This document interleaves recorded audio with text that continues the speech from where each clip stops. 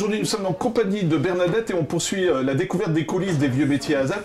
Dans quelle pièce on se trouve alors? On est dans la pièce des ravaudeuses.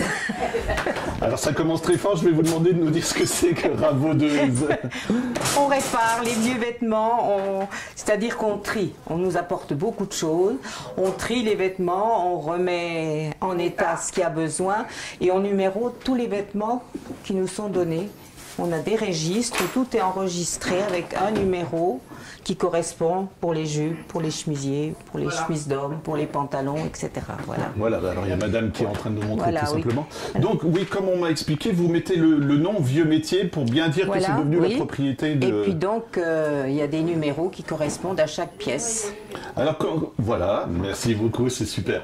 Voilà, quand vous dites les vêtements, est-ce que vous cherchez des vêtements particuliers? Parce que comme on remonte le temps tout simplement dans cette manifestation, regardez, comment ça se passe? On vient de nous apporter là encore un sac, ce sont des vieux chemisiers qu'on va laver, repasser, numéroter et qui seront prêtés pendant les fêtes de mai. Et ils viennent d'où alors? C'est des particuliers, des associations? Non, des gens. Il y a pas mal de visiteurs qui, quand ils voient ce qu'on fait avec les vêtements, ils nous disent « Ah ben on a ça à la maison, on va vous déposer un petit paquet ». Là, vous êtes arrivés trop tard. On avait une montagne là de paquets de vêtements qui ont été donnés cette année encore. Voilà. Mais justement, je trouve ça... Est-ce que c'est émouvant quand même? Parce que c'est des vêtements d'époque. Alors, oui, quand là, on touche à tout ça, voilà. Oui. Est-ce qu'il y a des professions? Par exemple, derrière, je vois, je ne sais pas si c'est un uniforme de pompier, par exemple, qu'on va accrocher une veste ou... Ceux-là, oui, on les a mis de côté parce que ça ne correspond pas trop à ce qu'on peut prêter, quoi. On nous a donné ça, il y a la poste et il y a les pompiers, mais c'est voilà plutôt ce qu'on récupère.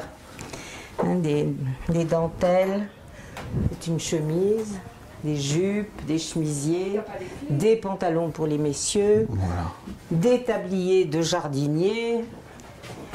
C'est vraiment, voilà, on replonge déjà, c'est vraiment une préparation déjà de la manifestation. Bernadette, si vous voulez bien, on va passer dans la pièce d'à côté parce que on fait le don, d'accord, mais après il faut les adapter, on va dire, les recoudre, les choses comme ça, si vous voulez bien. Ils créent plutôt. Alors bon, si vous voulez bien, je vous suis, je vous laisse passer. Je passe par là. Voilà. Comme au cinéma. Voilà, alors je vous prends comme ça de court, on est en train de filmer.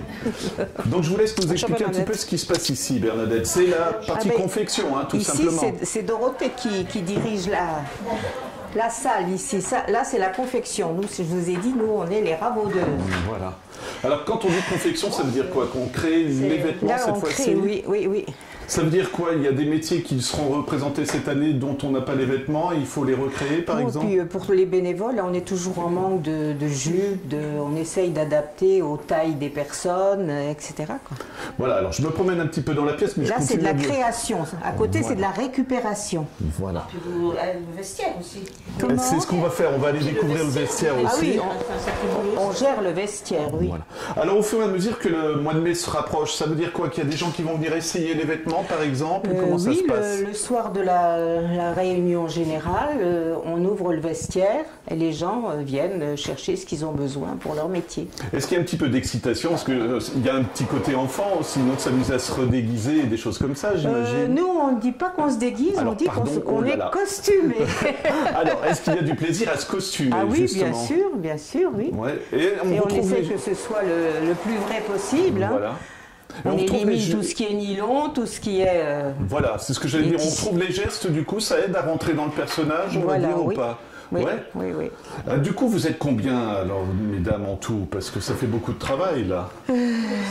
Vous êtes trois. Nous, à côté, d'habitude, on est 6, mais aujourd'hui, il y a des absentes, nous, à côté. Voilà. C'est beaucoup de travail parce que vous m'avez expliqué que vous commencez à partir de quelle époque là à travailler? On a commencé au mois d'octobre. Et on arrive à la fin février. Fin février, en principe, nous on va bientôt avoir terminé. Parce qu'on s'occupe aussi de la gestion du vestiaire à côté. Alors si vous voulez bien Bernadette, on va aller faire un tour dans le vestiaire. On va aller faire un tour au vestiaire. Voilà. Bernadette, je me permets de filmer un petit peu parce que c'est impressionnant. On rentre où là cette fois-ci? Alors ici c'est ce qu'on appelle le gîte. D'accord. On avait installé pendant un moment, il y a eu des chambres qu'on pouvait prêter pour des personnes qui habitaient loin et qui venaient participer aussi. D'accord. Maintenant ça sert surtout pour ranger tout ce qu'on a parce qu'on a tellement de choses. Donc là c'est vraiment, on découvre les coulisses, hein, c'est vraiment super. C'est bien celle-là. Voilà.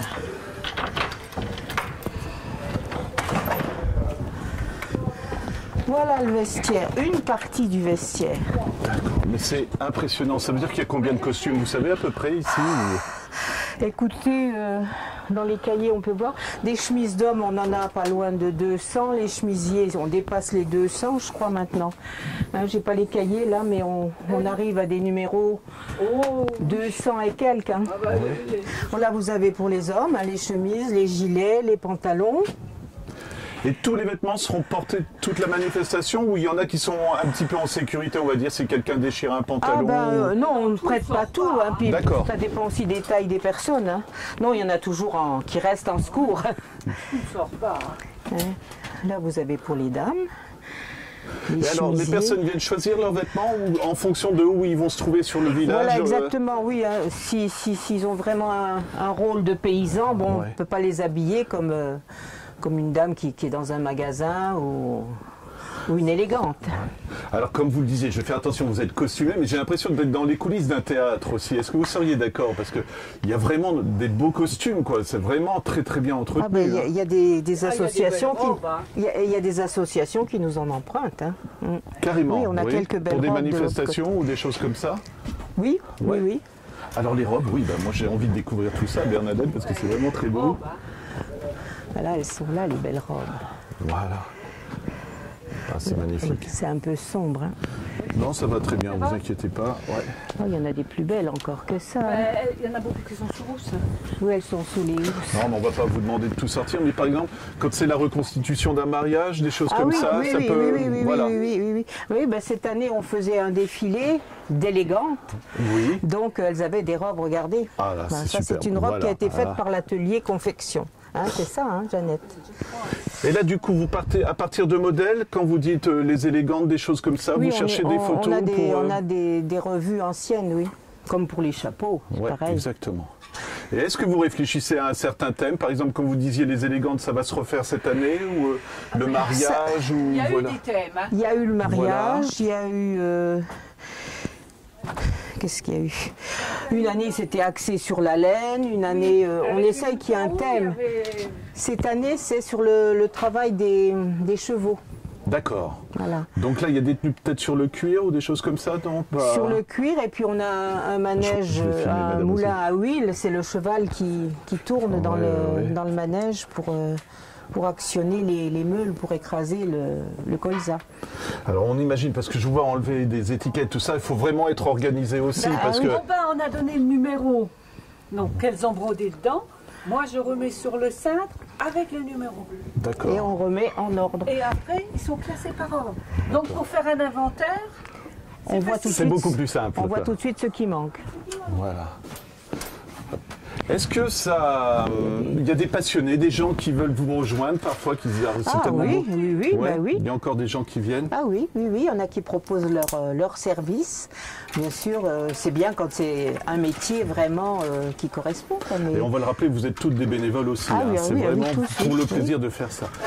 Une question qui va peut-être vous paraître idiote, mais est-ce qu'il y a des gens qui vous disent j'aimerais bien acheter un de vos costumes? Oui, il y en a qui nous ont demandé, oui. C'est génial. Oh, ça nous est arrivé de vendre une ou deux chemises. Justement, des gens qui faisaient partie d'une association qui cherchaient des chemises anciennes et qui n'en trouvaient pas. Donc, comme nous, on en a quand même pas mal en réserve.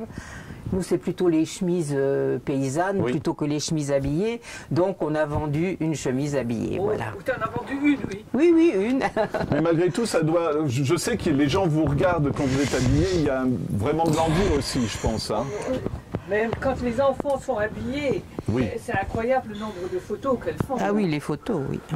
Alors moi je me souviens, je vais vous le dire, c'est un facteur avec qui on a pris des photos tout simplement parce qu'il se promenait dans le village partout et c'était assez chouette quoi, même de rencontrer des gens comme ça quoi. Vous jouez le jeu jusqu'au bout, ça doit vous faire plaisir de rencontrer le public on essaye, comme ça. Oui. Ah oui, moi quand j'étais institutrice, on m'a traité de vieille institutrice à carrière. Bon ça, cette fois-ci, c'est ce que vous me disiez dès qu'il y a des enfants. C'est le vestiaire enfant, ça c'est le vestiaire garçon. Voilà. Pantalon de velours pour les garçons. Et les petites chemises, ça aussi c'est impressionnant, on les retrouve aussi quoi. Oui, ça c'est vraiment de la chemise ancienne, hein, la petite chemise à rayures. Les chemises à carreaux sont peut-être un peu plus récentes, mais bon, elles passent dans les petits gilets aussi. Alors j'imagine que les petits sont heureux ils sont quand contents, même. bien sûr, oui. Et puis il doit y avoir une pièce aussi avec les vêtements de filles. Allez, on va rendre hommage aux demoiselles aussi. Alors le pendant des garçons, c'est donc les filles. Et là, là aussi, hein, des petites jupes de tout alors. Ça, c'est une jupe que j'avais faite pour une de mes petites filles qui est maman maintenant. Est-ce qu'il y a des tenues d'écoliers, d'écolières? Il y a des blouses à l'école.